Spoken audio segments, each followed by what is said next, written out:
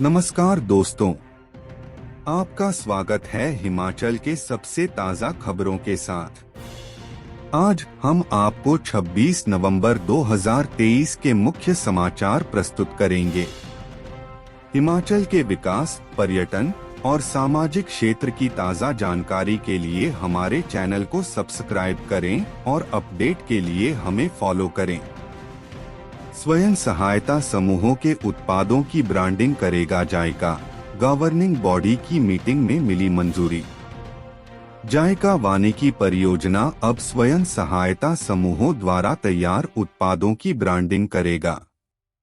गत शनिवार को 10वीं गवर्निंग बॉडी की मीटिंग में यह निर्णय लिया।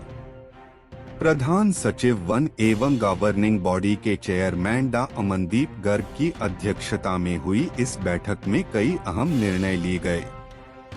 इस महत्वपूर्ण बैठक में पिछले 6 महीने के विकास कार्यों पर मंथन किया गया और 20 के करीब नए एजेंडे पर चर्चा की गई। बैठक को संबोधित करते हुए सचिव वन डा अमनदीप गर्ग ने कहा कि जायका वानिकी परियोजना के तहत हो रहे विकासात्मक कार्यों में और तेजी लाने की आवश्यकता है। उन्होंने अब तक हुए कार्यों की सराहना करते हुए कहा कि मुख्य परियोजना निदेशक नागेश कुमार गुलेरिया के नेतृत्व में हिमाचल प्रदेश वन पारिस्थितिकी तंत्र प्रबंधन एवं आजीविका सुधार परियोजना क्षेत्र में बेहतर कार्य हो रहे हैं। इस अवसर पर अतिरिक्त प्रधान मुख्य अरण्यपाल एवं मुख्य परियोजना निदेशक नागेश कुमार गुलेरिया ने कहा कि गवर्निंग बॉडी की मीटिंग हर 6 माह के भीतर आयोजित की जाती है। इस बार की बैठक में कई महत्वपूर्ण एजेंडे पर चर्चा हुई। उन्होंने कहा कि कुल्लू में जायका परियोजना के तहत 106 स्वयं सहायता समूह हैं, जो हैंडलूम प्रोडक्ट्स तैयार कर रहे हैं। आने वाले दिनों में इन उत्पादों की ब्रांडिंग जायका खुद करेगा। इसके अलावा हिमाचल में विलुप्त हो रहे उतक संवर्धन यानी टिश्यू कल्चर प्रजातियों के पौधे जायका की नर्सरियों में तैयार किए जाएंगे। बुराश और भोजपत्र जैसे पौधे तैयार करने के लिए कार्य शुरू करेंगे। उन्होंने कहा कि पिछले साल तक प्रदेश में 46,000 हेक्टेयर भूमि पर पौधरोपण किया गया। इस साल 2,000 हेक्टेयर भूमि पर पौधे रोपने का लक्ष्य था, जो रिकॉर्ड 2,300 हेक्टेयर भूमि पर किया गया। नागेश कुमार गुलेरिया ने कहा कि जायका वानिकी परियोजना के तहत सेवाएं दे रहे कर्मचारियों की रिम्बर्समेंट 100% हो चुका है। उन्होंने कहा कि गवर्निंग बॉडी की मीटिंग में जिन जिन एजेंडे पर चर्चा की गई, जिसमें से अधिकांश को मंजूरी भी दी गई। मुख्यमंत्री वन विस्तार योजना पर काम। पीसीसीएफ एवं वन विभाग के मुखिया राजीव कुमार ने कहा कि प्रदेश सरकार द्वारा चलाई गई मुख्यमंत्री वन विस्तार योजना पर और अधिक कार्य करने की आवश्यकता है। उन्होंने कहा कि हिमाचल प्रदेश में जब से जायका परियोजना ने कार्य करना शुरू किया, तब से लेकर अब तक कई उल्लेखनीय कार्य हुए हैं। पर्यावरण संरक्षण, पौधरोपण, मधुमक्खी पालन, पत्तल व्यवसाय, मशरूम की खेती, हथकरघा एवं बुनकर समेत कई क्षेत्रों में स्वयं सहायता समूहों को आजीविका कमाने के बेहतर अवसर मिल रहे हैं। 6 साल की बच्ची में पोलियो के लक्षण, स्वास्थ्य विभाग में हडकंप प्रभावित क्षेत्र स्कूलों में पहुंची टीम। जहां एक ओर भारत पोलियो मुक्त हो चुका है, तो वहीं दूसरी ओर हिमाचल प्रदेश के कुल्लू जिला में एक 6 साल की बच्ची में पोलियो एएफपी के लक्षण पाए गए हैं, जिसके चलते स्वास्थ्य विभाग में एकाएक एएफपी के लक्षण पाए जाने की सूरत में हड़कंप मच गया है। स्वास्थ्य विभाग की टीम आनन फानन में कुल्लू जिला के हेल्थ ब्लॉक जरी से संबंध रखने वाले एरिया में पहुंची और स्कूल सहित आसपास के क्षेत्र में 15 साल की आयु तक के सभी बच्चों को पल्स पोलियो की खुराक पिलाई गई और बच्ची को क्षेत्रीय अस्पताल कुल्लू में दाखिल करवा दिया गया है। स्वास्थ्य विभाग की टीम की ओर से 2 सैंपल लेकर जांच के लिए कसौली स्थित लैब को भेजे जाएंगे। वहां पर 10 दिनों के बाद रिपोर्ट आने पर ही पोलियो के लक्षण की पुष्टि होगी। इस बारे में क्षेत्रीय अस्पताल कुल्लू के सीएमओ एवं child specialist doctor Nagraj Pawar का कहना है कि बच्चों की ओपीडी में वह रोजाना की भांति शनिवार को भी बच्चों का चेकअप कर रहे थे, तो उस समय जरी ब्लॉक के भुंतर के भूलन गांव से संबंध रखने वाली 6 साल 1 माह की अनिका पुत्री लाल सिंह माता का नाम रामदेई खांसी जुकाम की दर्द से कर्राते हुए पहुंची और जब चिकित्सा उपचार के दौरान 6 साल की बच्ची की टांग दबाई तो उसे कोई भी दर्द महसूस नहीं हुआ। ऐसी सूरत में चिकित्सकों ने पोलियो के एएफपी के लक्षण होने की सूरत में बच्ची को अस्पताल में एडमिट कर लिया। उसके 24 घंटे के अंतराल में 2 सैंपल लेकर आगामी कार्रवाई के लिए कसौली स्थित लैब को भेजने की प्रक्रिया अमल में लाई जा रही है, जहां से 10 दिन के बाद ही रिपोर्ट आने पर ही वस्तु स्थिति स्पष्ट होगी कि यह पोलियो का एएफपी लक्षण पॉजिटिव है या नेगेटिव। बहरहाल एकाएक इस तरह का केस आने से स्वास्थ्य विभाग के अधिकारियों की नींद उड़ गई है, तो वहीं दूसरी ओर पल्स पोलियो उन्मूलन भारत बनाने पर भी प्रश्न चिन्ह खड़े होंगे हैं। मलेशिया में सेब की खोज बताएंगे हरिमन शर्मा, देश के 7 नवप्रवर्तक किसान बागबान साझा करेंगे अनुभव। राष्ट्रपति अवार्ड से सम्मानित बिलासपुर के प्रगतिशील बागबान हरिमन शर्मा मलेशिया के लांकावी आइसलैंड में होने जा रहे 3 दिवसीय 4th Asian grassroots innovation forum AIGIF में शिरकत करेंगे। यह सम्मेलन 28 से 30 नवंबर तक चलेगा, जिसमें भारत से 7 नवप्रवर्तक किसान बागवान और 7 अलग अलग खोजबीन करने वाले स्टूडेंट्स हिस्सा लेंगे। नेशनल इनोवेशन फाउंडेशन और साइंस एंड टेक्नोलॉजी विभाग की ओर से इन्हें सम्मेलन में भाग लेने का सौभाग्य मिला है। हरिमन शर्मा ने बताया कि सम्मेलन में पैनल डिस्कशन के अलावा भारत व एशियन देशों के प्रतिभागियों की खोज की एक विशाल प्रदर्शनी भी सजेगी। सभी प्रतिभागी अपनी अपनी नई खोज के बारे में अनुभव साझा करेंगे। नवप्रवर्तक किसान बागबान अलग अलग क्षेत्रों में नई खोज कर राष्ट्रपति अवार्ड से नवाजे जा चुके हैं, जबकि सभी स्टूडेंट्स 15 साल से कम आयु वर्ग के हैं। यह पहली ही ऐसा अवसर है कि वे विदेश में किसी सम्मेलन में भाग लेंगे और अपने अनुभव साझा करने का मौका मिलेगा। हरिमन शर्मा के अनुसार वह अब तक सेब की HRMN 99 वैरायटी की 12 लाख पौध पूरे देश भर में सप्लाई कर चुके हैं। देश के कुल 29 राज्यों में से 27 में यह पौध अपनी महक बिखेर रही है। जर्मनी, नेपाल, बांग्लादेश और साउथ अफ्रीका में भी पौधे सप्लाई किए गए हैं, जबकि इस बार मॉरिशस में गर्म इलाके की पैदावार सेब की इस वैरायटी को इंट्रोड्यूस किया गया है।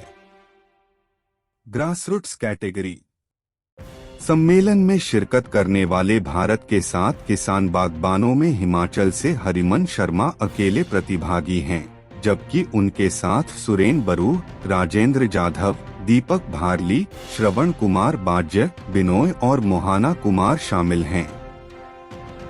स्टूडेंट कैटेगरी सम्मेलन में शामिल होने वाले स्टूडेंट कैटेगरी में 7 प्रतिभागी शामिल हैं, जिनमें शर्मा नव्य, कालिया दक्ष, अग्रवाल आंचल, हल्दर हिमांगी, सुब्रह्मण्यन वांचीनाथन, उमाशंकर और सेयन अख्तर शेख हैं। प्रदेश में खुलेंगी 4 इंटीग्रेटेड हेल्थ लैब, इन रोगों की होगी जांच, स्वास्थ्य मंत्रालय ने तय किए 4 स्थान। हिमाचल प्रदेश में किसी भी वायरस के प्रवेश करते ही अब तुरंत पता लग जाएगा।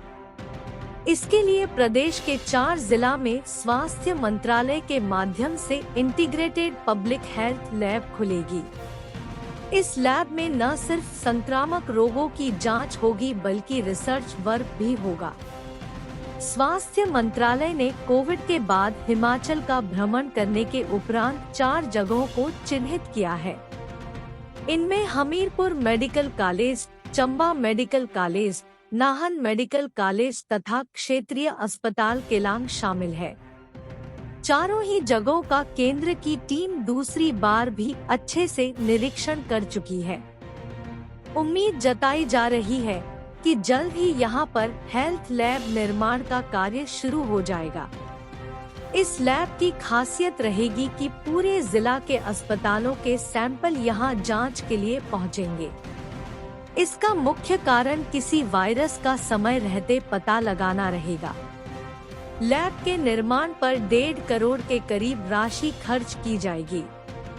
आधुनिक उपकरणों वाली इस लैब की सेवाएं मिलने से जहां मरीजों को लाभ होगा, वहीं शोध कार्य के दौरान किसी वायरस के होने की भी समय रहते पुष्टि हो जाएगी। कोरोना की मार झेल चुका देश अब संक्रमण के दुष्प्रभावों को लेकर पहले से ही सचेत हो गया है। इसी के चलते इंटीग्रेटेड पब्लिक हेल्थ लेबोरेटरी का कंसेप्ट स्वास्थ्य मंत्रालय लेकर आया है। बता दें कि करीब 1 वर्ष पूर्व स्वास्थ्य मंत्रालय की कंसल्टेंट टीम हिमाचल के दौरे पर आई थी। केंद्र की इस टीम ने मेडिकल कॉलेजों सहित क्षेत्रीय अस्पतालों का निरीक्षण किया। लैब के संचालन के लिए पर्याप्त जमीन का पता लगाने के लिए पहुंची इस टीम ने प्रदेश में 4 जगहों को ही लेबोरेटरी के संचालन के लिए उपयुक्त पाया। उसके बाद चयनित की गई जगहों की रिपोर्ट केंद्र सरकार को भेजी गई। सभी अस्पतालों के पहुंचेंगे सैंपल। आरकेजीएमसी हमीरपुर के मेडिकल सुपरिटेंडेंट डा अनिल वर्मा ने बताया कि केंद्र सरकार की तरफ से इंटीग्रेटेड पब्लिक हेल्थ लैब स्थापित करने की योजना है। इसके लिए केंद्र की तरफ से ही बजट का प्रावधान किया है। संक्रामक रोगों का समयबद्ध पता लगाने के लिए यह लैब कारगर सिद्ध होगी। इस लैब में रिसर्च वर्क भी होगा, जिससे समय रहते किसी भी वायरस का पता लगाया जा सकता है। जिला के सभी सरकारी अस्पतालों के सैंपल जांच के लिए इस लैब में पहुंचा करेंगे। स्वास्थ्य क्षेत्र की सुविधाओं को और सुदृढ़ करने के लिए केंद्र सरकार ने यह कदम उठाया है। सरकारी हॉस्पिटल भी लैब से जोड़े। स्वास्थ्य मंत्रालय ने पब्लिक हेल्थ लैब खोलने के लिए निर्धारित सभी औपचारिकताएं पूरी कर ली है। निर्धारित मापदंड पूरा होने के उपरांत अब आगामी कदम उठाया जाएगा। लैब निर्माण के बाद स्वास्थ्य क्षेत्र की सुविधाओं में एक नया अध्याय जुड़ जाएगा। बड़ी बात यह है कि जिस जिला में लैब स्थापित होगी, उसके सभी छोटे बड़े अस्पतालों से भी जांच के लिए सैंपल इस लैब में आएंगे। पूरे जिला के सरकारी अस्पतालों को इस लैब के साथ अटैच किया जाएगा। तेजी से फैलने वाले रोगों के संक्रमण पर खास फोकस रखा जाएगा। समय रहते किसी भी संक्रामक रोग के दस्तक देने का तुरंत पता चल जाएगा। प्रदेश में 10 महीने में काटे 7 लाख चालान, ट्रैफिक नियम तोड़े पर वसूला करीब 27.40 करोड़ रुपए जुर्माना। यातायात नियमों का प्रभावी प्रवर्तन सड़क दुर्घटनाओं को कम करने, सार्वजनिक सुरक्षा सुनिश्चित करने और राज्य में यातायात नियमों का पालन महत्वपूर्ण भूमिका निभाता है। हिमाचल पुलिस तकनीक आधारित उपकरणों यानी उपकरणों का प्रयोग कर रही है। यातायात प्रवर्तन के लिए intelligent traffic management system ITMS, breath analyser, laser speed gun व 4G बॉडी वॉर्न कैमरा शामिल है। पुलिस मुख्यालय नियमित अंतराल पर सड़क दुर्घटनाओं का कारण बनने वाले यातायात उल्लंघनों पर नियंत्रण सुनिश्चित करने के लिए जारी किए यातायात चालान, कंपाउंड और जुर्माने के तहत प्रदर्शन की समीक्षा करता है। सड़क सुरक्षा पर सर्वोच्च न्यायालय समिति समय समय पर यातायात प्रवर्तन उपायों में राज्य पुलिस की प्रगति की निगरानी भी करती है। सहायक पुलिस महानिरीक्षक यातायात पर्यटक और रेलवे हिमाचल प्रदेश संदीप धवल ने बताया कि 1 जनवरी से 31 अक्टूबर 2023 की अवधि के दौरान कुल 6,99,618 चालान जारी किए गए हैं, जिनमें 1 जनवरी से 31 अक्टूबर की अवधि में 1,68,106 चालानों को कंपाउंड करके 27,40,02,605 रुपए सरकार के खाते में जमा किए हैं।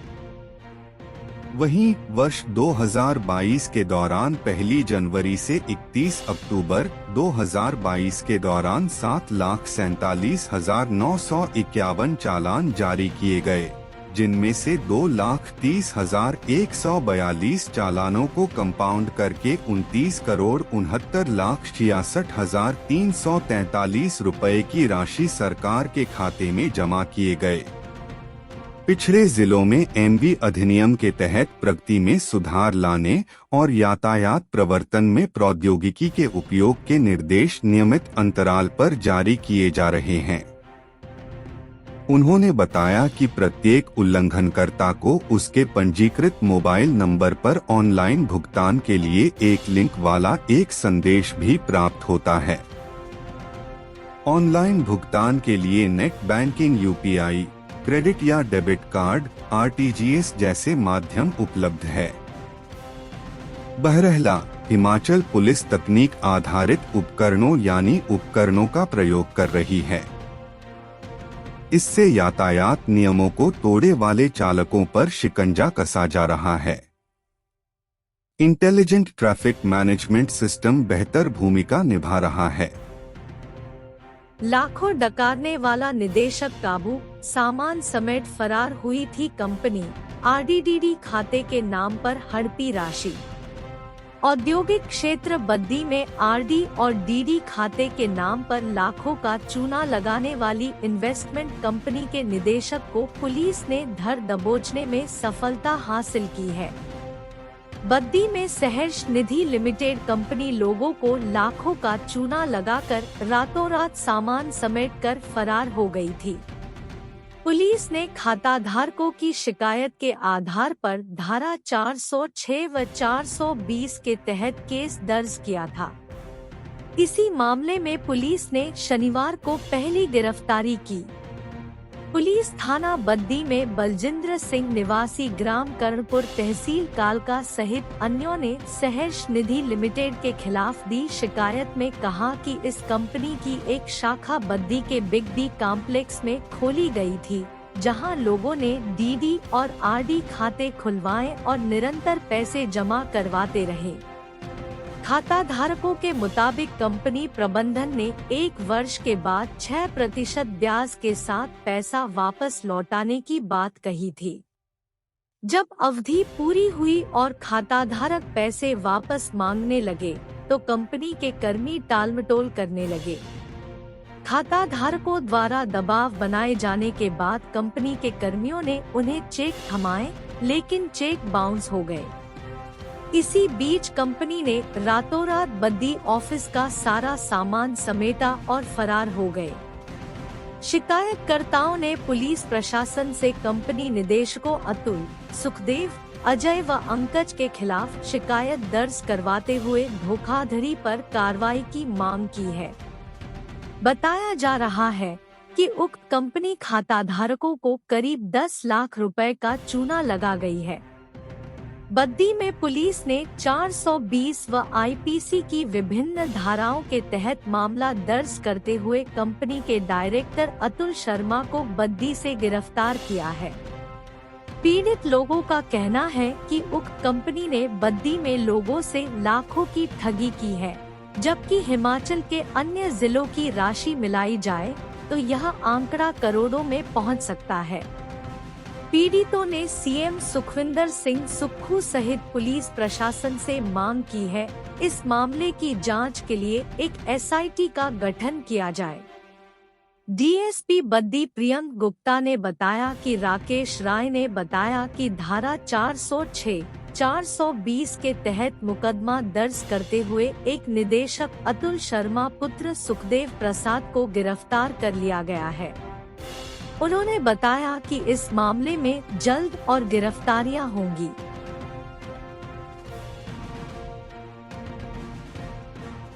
₹1962 डायल करने पर घर आएगी पशु एम्बुलेंस, दिसंबर में शुरू होगी सुविधा, तैयारियां पूरी। 1962 मोबाइल नंबर डायल करने से पशु एम्बुलेंस आपके घर आएगी।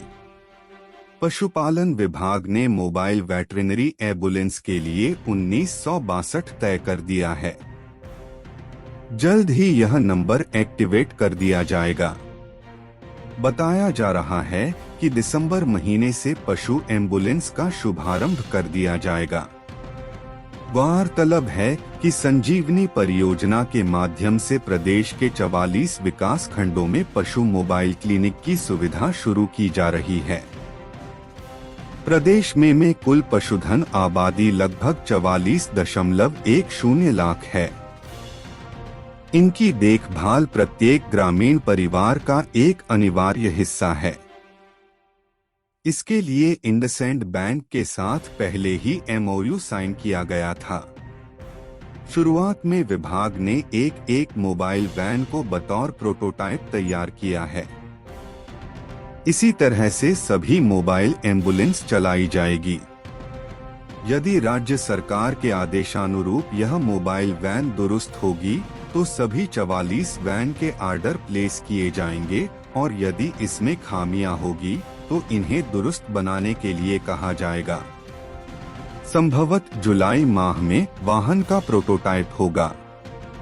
राष्ट्रीय पशु रोग नियंत्रण कार्यक्रम पशुपालन विभाग मोबाइल पशु चिकित्सा वैन के तहत संजीवनी परियोजना घर घर तक पशुधन देखभाल सुविधा सुनिश्चित करेगी। इस उद्देश्य से प्रदेश में संजीवनी परियोजना आरंभ की जा रही है। इसके अंतर्गत प्रदेश के 12 जिलों में स्थित 44 खंडों में किसानों को सेवाएं उपलब्ध करवाई जाएंगी। राज्य में केंद्रीकृत कॉल सेंटर को इन 44 मोबाइल पशु चिकित्सा एम्बुलेंस के साथ एकीकृत किया जाएगा। इससे पशु औषधालयों तक जाने और बीमार पशुओं के लिए गुणवत्तापूर्ण दवाएं प्राप्त करने पर किसानों का अतिरिक्त खर्च व समय बच सकेगा। इस योजना के तहत पशुपालकों के लिए विभिन्न पशु चिकित्सा सेवाएं सिर्फ एक फोन कॉल पर उपलब्ध होंगी। उधर डा प्रदीप शर्मा, निदेशक पशुपालन विभाग ने बताया कि मोबाइल पशु एम्बुलेंस के लिए 1962 टोल फ्री नंबर तय कर दिया गया है। जल्द ही इस नंबर को एक्टिवेट कर दिया जाएगा। मोबाइल एम्बुलेंस सेवा शुरू होने के बाद इसी नंबर पर मोबाइल एम्बुलेंस आपके घर द्वार आएगी। दिसंबर महीने में यह सेवा शुरू हो जाएगी। स्कूलों में नहीं पहुंची दवाई की सप्लाई। प्रदेश भर में डी वार्मिंग अभियान 29 नवंबर से 8 जिलों को इंतजार। राष्ट्रीय स्वास्थ्य मिशन के तहत प्रदेश के सभी स्कूलों डी वार्मिंग अभियान शुरू होने वाला है। यह अभियान 29 नवंबर से शुरू होगा, लेकिन अभी तक प्रदेश के 8 जिलों में डी वार्मिंग यानी पेट के कीड़े मारने वाली दवा नहीं पहुंची है। इन जिलों में मंडी, कुल्लू, बिलासपुर, हमीरपुर, सोलन, सिरमौर और ऊना में दवा नहीं है। 4 जिलों में कम दवा है। स्कूलों बच्चों को पेट के कीड़े मारने की टेबलेट है। बताया जा रहा है कि जिन कंपनी से यह दवा NHM खरीदता था उसका सैंपल फेल हो गया है और टेंडर का समय भी खत्म हो गया है, जिससे दवा की परचेस नहीं हो रही है। अब सरकार इतने जल्दी PSU कंपनी से दवा खरीद सकती है, लेकिन अभी तक नहीं खरीदी गई। ऐसे में NHM के पास जिलों से दवा नहीं पहुंचने की शिकायतें भी आ रही है। पेट में कीड़े स्कूल विद्यार्थियों के लिए गंभीर बीमारी है। पेट में कीड़े होने से शरीर में ताकत व खून की कमी होनी शुरू हो जाती है। उन्होंने कहा कि पेट के कीड़ों का इलाज संभव है। 1 वर्ष की आयु से 19 वर्ष की आयु के सभी बच्चों को साल में 2 बार कीड़े की दवाई जरूर खानी चाहिए। जहां कमी वहां भेजेंगे दवाइयाँ। एनएचएम की मिशन निदेशक प्रियंका वर्मा का कहना है कि अभियान शुरू होने में अभी कुछ दिनों का समय है। जहां पर दवा की कमी होगी वहां पर दवाई उपलब्ध करवाई जाएगी। एनएचएम के पास डी वार्मिंग टेबलेट का स्टॉक उपलब्ध है। जैसे जैसे अभियान चलता जाएगा सभी जगहों पर डी वार्मिंग टेबलेट पहुंचा दी जाएगी। सभी बच्चों को डी वार्मिंग की टेबलेट दी जाएगी। किसी भी स्कूल में दवा की कमी नहीं आने दी जाएगी। फास्टैग रिचार्ज के नाम पर चपत, साइबर अपराधियों ने ढूंढा नया तरीका, झांसे में लेकर लगा रहे चपत। फास्टैग रिचार्ज ऐप साइबर ठगों के लिए ठगी का हथियार बन गई है। अभी तक साइबर ठग लोगों को केवाईसी, आधार से पैन लिंक और बिजली बिल के नाम पर ठग रहे थे, लेकिन उन्होंने अपना तरीका बदलते हुए फास्टैग रिचार्ज का झांसा देकर ठगी शुरू कर दी है।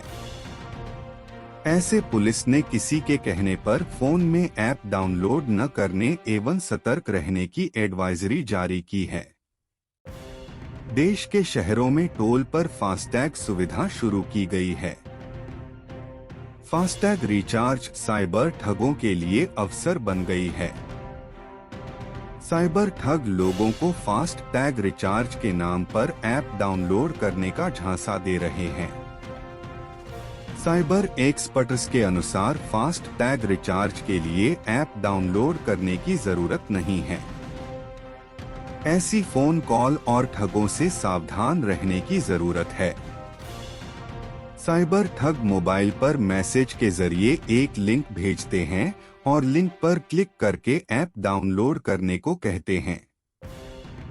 ऐसा करने से मोबाइल में मौजूद ई वॉलेट और मैसेजिंग ऐप की जानकारी साइबर ठगों के पास चली जाती है और वे आसानी से आपका मोबाइल वॉलेट और मैसेजिंग ऐप का क्लोन अपने मोबाइल में डाउनलोड कर लेते हैं। अनजान मैसेज पर क्लिक न करें। SP cyber crime Rohit Malpani का कहना है कि किसी भी अनजान व्यक्ति की तरफ मैसेज या लिंक आने पर सतर्क हो जाएं।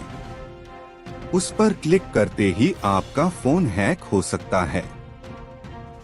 मोबाइल का प्रलोभन या अन्य व्यक्ति द्वारा भेजे मैसेज पर क्लिक करने से ठगी का शिकार हो सकते हैं। कुल्लू में बढ़ेगा प्लानिंग एरिया का दायरा, शिमला के बाद चौपाल में भी योजना क्षेत्र का होगा विस्तार। शिमला के बाद अब कुल्लू और चौपाल में योजना क्षेत्र का विस्तार किया जाएगा। प्रदेश सरकार ने इन क्षेत्रों में बेतरतीब निर्माण को नियंत्रित करने के लिए योजना क्षेत्र का विस्तार करने का निर्णय लिया है। राज्य सरकार पर्यावरण संरक्षण पर विशेष ध्यान दे रही है। प्राकृतिक सौंदर्य से परिपूर्ण हिमाचल प्रदेश में हाल ही में आई तबाही से भारी नुकसान का सामना करना पड़ा। इस तबाही ने प्रदेश के लोगों को कई गहरे जख्म दिए और कई परिवार उजड़ गए। इस आपदा से सीख लेते हुए प्रदेश सरकार ने प्राकृतिक आपदाओं से निपटने के लिए कई प्रभावी कदम उठाए हैं। इस कड़ी में सरकार ने प्रदेश के प्रमुख क्षेत्रों में बेतरतीब निर्माण पर अंकुश लगाने के उद्देश्य से कई उपाय लागू किए हैं।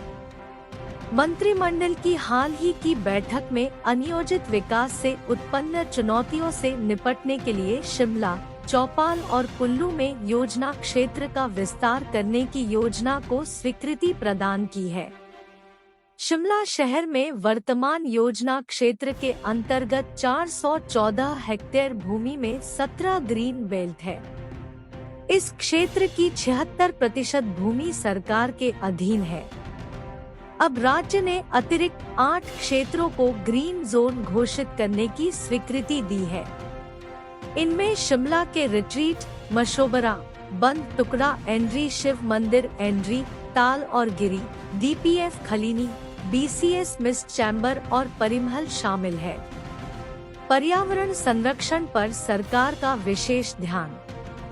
मुख्यमंत्री ने कहा कि इन क्षेत्रों के अलावा कुल्लू और चौपाल में इसी प्रकार के उपायों की आवश्यकता को ध्यान में रखते हुए राज्य सरकार ने इन क्षेत्रों में बेतरतीब निर्माण को नियंत्रित करने के लिए योजना क्षेत्र का विस्तार करने का निर्णय लिया है।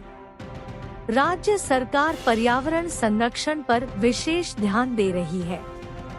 आपदा से सीख की जरूरत। मुख्यमंत्री सुक्खू ने हाल ही में आई प्राकृतिक आपदा से सीख लेने पर बल देते हुए प्रदेश में विकास और पर्यावरण के बीच संतुलन स्थापित करने को विशेष अधिमान दिया है। पर्यावरण संरक्षण को प्राथमिकता प्रदान करते हुए राज्य में सतत विकास के लिए ठोस कदम उठाए जा रहे हैं।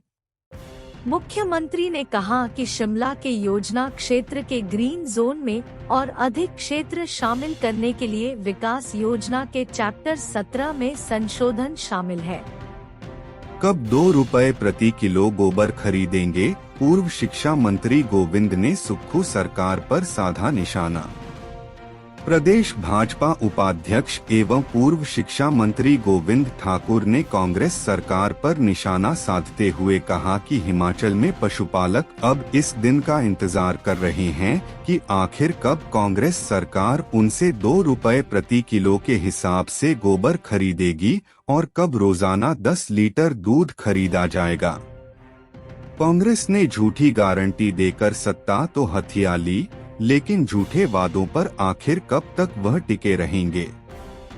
सोशल मीडिया में भी कांग्रेस व उनके नेता आम जनता के गुस्से का शिकार हो रहे हैं। आम जनता कांग्रेस सरकार की झूठी गारंटी को जान चुकी है और सरकार से जनता खुले मंच से भी इस सवाल को पूछ रही है कि आखिर कब कांग्रेस सरकार अपनी इन गारंटियों को पूरा करेगी। प्रदेश भाजपा उपाध्यक्ष गोविंद ठाकुर ने कहा कि आज तक न तो महिलाओं के खाते में हर महीने 1500 रुपए आए और न ही प्रदेश में 300 यूनिट बिजली फ्री की गई, बल्कि सरकार की गलत नीतियों के चलते प्रदेश की आर्थिकी को नुकसान पहुंचा है। प्रदेश सरकार द्वारा जो बाहरी राज्यों के वाहनों पर गलत तरीके से टैक्स बढ़ाया गया, उससे हिमाचल के पर्यटन स्थल सूने पड़े हुए हैं। सड़कों पर बेरोजगार घूम रहे युवाओं को प्रदेश में रोजगार देना तो दूर बल्कि उनके रोजगार छीनने का प्रयास कांग्रेस ने किया है। आज सरकार के गलत नीतियों के चलते युवा सड़कों पर बेरोजगार घूम रहे हैं। गोविंद ठाकुर का कहना है कि अपनी झूठी गारंटी में कांग्रेस ने कहा था कि हर विधानसभा में 4 अंग्रेजी मीडियम स्कूल खोले जाएंगे। कांग्रेस के नेता सिर्फ सत्ता सुख भोगने में लगे हुए हैं।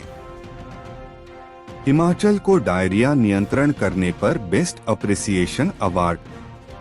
हिमाचल को डायरिया नियंत्रण करने में देश में बेस्ट एप्रिसिएशन नई दिल्ली में national workshop on NNW 2023 and सांस 2023 से 24 कैंपेन का आयोजन किया गया, जहां पर कार्यक्रम के स्टेट प्रोग्राम ऑफिसर और स्वास्थ्य विभाग की टीम को एप्रिसिएशन अवार्ड फॉर IDCF 2022 से 23 में डायरिया के क्षेत्र में अच्छा कार्य करने के लिए सम्मान दिया गया है।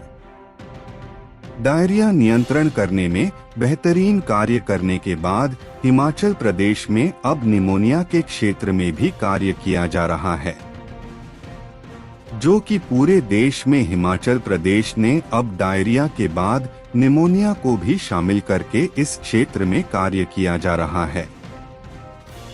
स्वास्थ्य विभाग की टीम ने इस दिशा में बेहतरीन कार्य किया है। कार्यक्रम के state programme officer child health doctor Sanjay Ranaut का कहना है कि वर्ष 2022 से 23 में IDCF के क्षेत्र में अच्छा कार्य किए जाने की सूरत में पूरे भारतवर्ष में हिमाचल को अप्रिसिएशन अवार्ड से नवाजा गया है। नगर निगम चुनाव में विधायकों को वोटिंग राइट देना सही फैसला।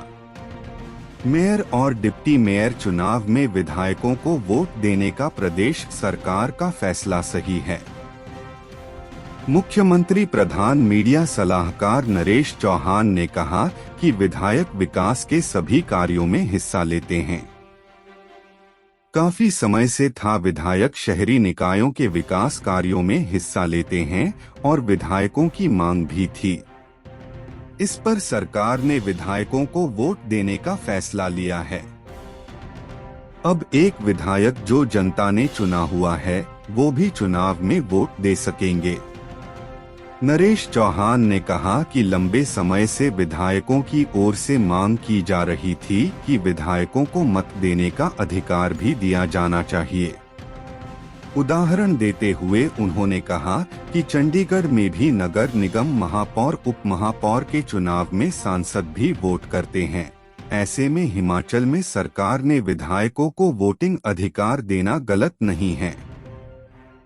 प्रदेश भाजपा द्वारा वर्तमान सरकार पर 11 महीने के कार्यकाल में 10,000 करोड़ से अधिक ऋण लेने के आरोप पर अपनी प्रतिक्रिया व्यक्त करते हुए नरेश चौहान ने कहा कि डबल इंजन सरकार होने का दावा करने वाली पूर्व की भाजपा सरकार ने ही प्रदेश को कर्ज के बोझ तले दबाया। उन्होंने कांग्रेस सरकार के 10,000 करोड़ के कर्ज लेने के भाजपा के आरोप को सिरे से खारिज किया। नया बागीचा लगाने पर मिलेंगे इतने पैसे, बागबानी विभाग ने किस फलदार बूटे के रखे 100 रुपए रेट। किसानी से बागबानी की तरफ बढ़े वाले हजारों लोगों के लिए बागबानी विभाग फलदार पौधों का नया पैकेज लाया है। दिसंबर से जनवरी माह में होने वाली प्लांटेशन के लिए विभाग ने अपनी नर्सरियों में पौधे सजाकर उनके दाम तय कर दिए हैं। दिसंबर 15 से बागानों को नए पौधे मिलना शुरू हो जाएंगे। बागबानी विभाग ने बागीचा लगाने और ड्रिप इरिगेशन सिस्टम लेने वाले बागबानों के लिए सब्सिडी का पैकेज भी बनाया है। इसमें सिंचाई पर 80% सब्सिडी तक का प्रावधान है। वहीं नया बागीचा लगाने पर भी रकबे के हिसाब से अनुदान देने का मसौदा बनाया है। रेट की बात करें तो नए सीजन साल 2023 से 24 में सेब के बूटे 100 से 180 रुपए तक दिए जाएंगे। नाशपाती का एक पौधा 80 रुपए में मिलेगा। इसके अलावा जापानी फल 100, खुमानी 90, लंबादाम प्रति बूटा 80 रुपए बागबानों को दिया जाएगा। अनार का बूटा 75 रुपए में दिया जाएगा है। विभाग ने 15 दिसंबर से पौधे बांटने की तैयारियां पूरी कर ली है। इसमें क्वालिटी का विशेष ध्यान रखा जा रहा है। इन पौधों की प्लांटेशन दिसंबर और जनवरी में माह में की जा सकती है। किसानों को अपने नजदीकी बागबानी ऑफिस में संपर्क करने से ये पौधे मिल जाएंगे। विंटर सीजन में अकेले कांगड़ा जिला की बात करें तो यहाँ विभाग की 4 नर्सरियाँ हैं। इसके अलावा 26 प्राइवेट नर्सरियाँ महकमे के पास रजिस्टर्ड हैं, लेकिन इस सीजन में महज 13 नर्सरियाँ ही सेवाएं देती हैं। मुल्तान की नर्सरी में सिर्फ सेब की पौध है। बागबानी विभाग ने फार्मर से आग्रह किया है कि वे सिर्फ विभाग या फिर विभाग से पंजीकृत नर्सरियों से ही बूटे खरीदे। अन्य जगहों से खरीदे बूटों पर अनुदान नहीं मिलेगा। बागबानी विभाग के डिप्टी डायरेक्टर कांगड़ा डा कमलशील नेगी ने बताया कि गैर पंजीकृत नर्सरी से बूटे लेने पर सब्सिडी नहीं दी जाएगी। फार्मर्स को चाहिए कि बिना रजिस्ट्रेशन बूटे बेचने वालों की सूचना महकमे को दे। पौधे लेने के लिए बागबानों को संबंधित बागबानी विकास या विस्तार अधिकारी से संपर्क करना होगा। गौर रहे कि कांगड़ा जिला में 1,35,000 व पूरे हिमाचल में 5.5 लाख बागबान है। मौजूदा समय में तेजी से फार्मर्स किसानी से बागबानी की ओर मुड़ रहे हैं। सब्सिडी के लिए यूं करे अप्लाई। हॉर्टिकल्चर डिपार्टमेंट के डिप्टी डायरेक्टर डा कमलशील नेगी ने बताया कि बागबानों को ड्रिप इरिगेशन सिस्टम लेने पर 80% सब्सिडी मिलेगी।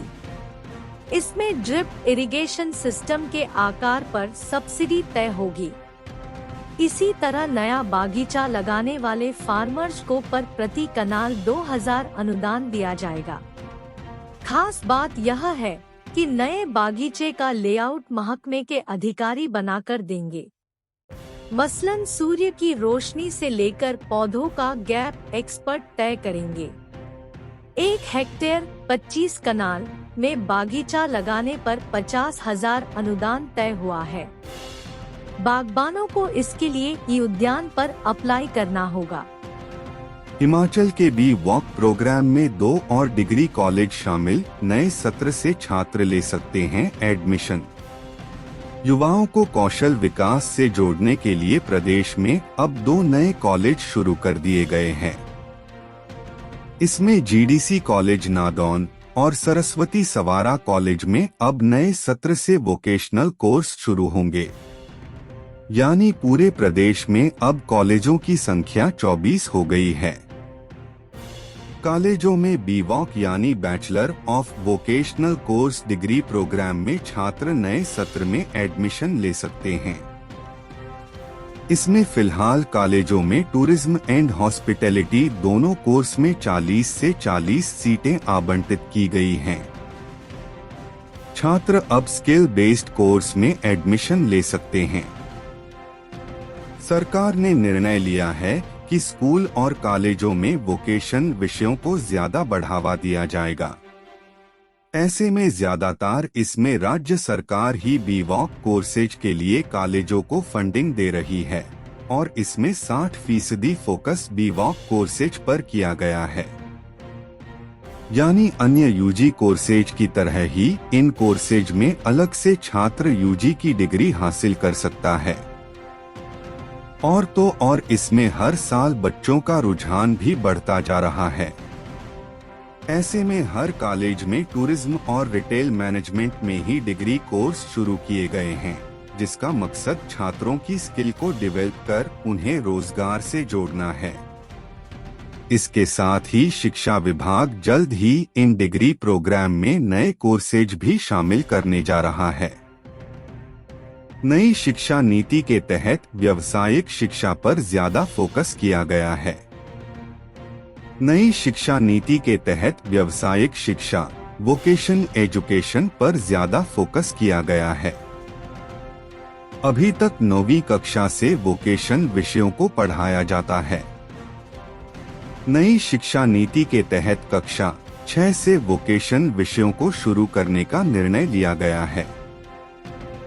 यहाँ पढ़ाए जा रहे बीवॉक वर्ष 2017 में राज्य सरकार ने कॉलेजों में बीवॉक डिग्री कोर्स शुरू किया था।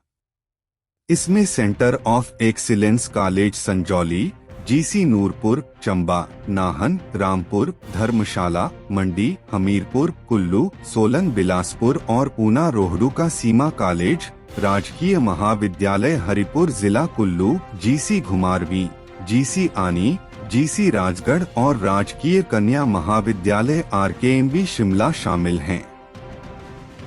इसमें पहले बैच के 30% विद्यार्थियों की कैंपस प्लेसमेंट हुई है। विभाग का कहना है कि कॉलेजों में प्लेसमेंट सेल बनाए गए हैं। प्लेसमेंट सेल कंपनियों के साथ संपर्क कर समय समय पर कैंपस प्लेसमेंट करवाते हैं। 14 पुलिस कर्मी फाइनेंस एंड अकाउंट सर्विस के लिए चयनित, ड्यूटी के साथ कड़ी मेहनत से पाया मुकाम। हिमाचल प्रदेश पुलिस के 14 पुलिस कर्मियों का फाइनेंस एंड अकाउंट सर्विस के लिए चयन किया गया है। फाइनेंस एंड अकाउंट सर्विस के लिए चयनित हुए पुलिस कर्मियों में पुलिस विभाग के 2 एएसआई सहित हेड कांस्टेबल और कांस्टेबल शामिल है।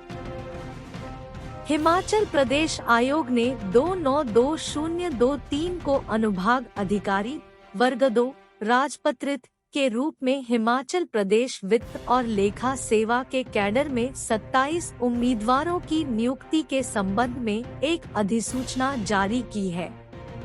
27 चयनित उम्मीदवारों में से 14 पुलिस कर्मियों का चयन किया गया है।